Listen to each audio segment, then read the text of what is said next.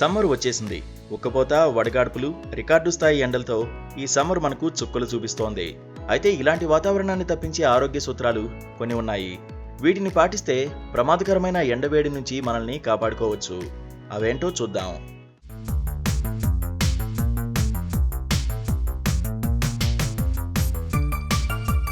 ముఖ్యంగా వేసవి ఫలితంగా శరీరంలోనూ వేడి పుడుతుంది. దాంతో అలసట, బడలిక కలుగుతాయి.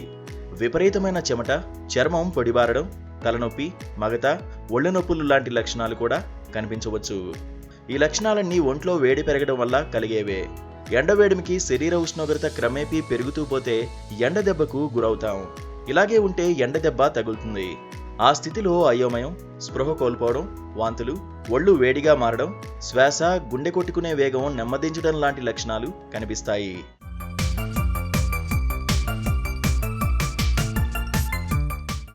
ఎండ దెబ్బకు గురై బాధపడే కంటే ఆ స్థితి రాకుండా జాగ్రత్త పడడం మేలు.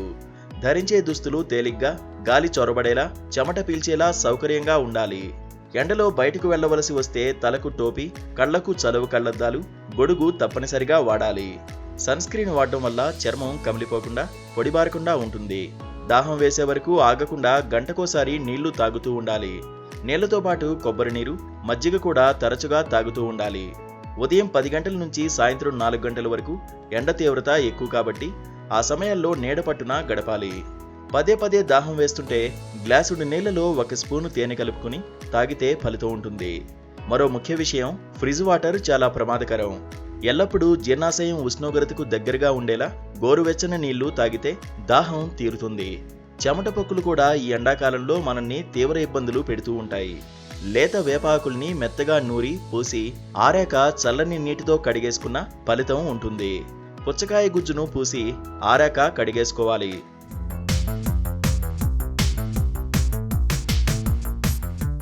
రోజుకో గ్లాసు చెరుకు రసం తాగినా చెమట పొక్కులు రాకుండా ఉంటాయి.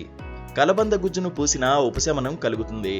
ప్రతి ఏటా ప్రపంచవ్యాప్తంగా ఎండల వల్ల దాదాపు 1,00,000 మంది చనిపోతున్నారని గణాంకాలు చెబుతున్నాయి.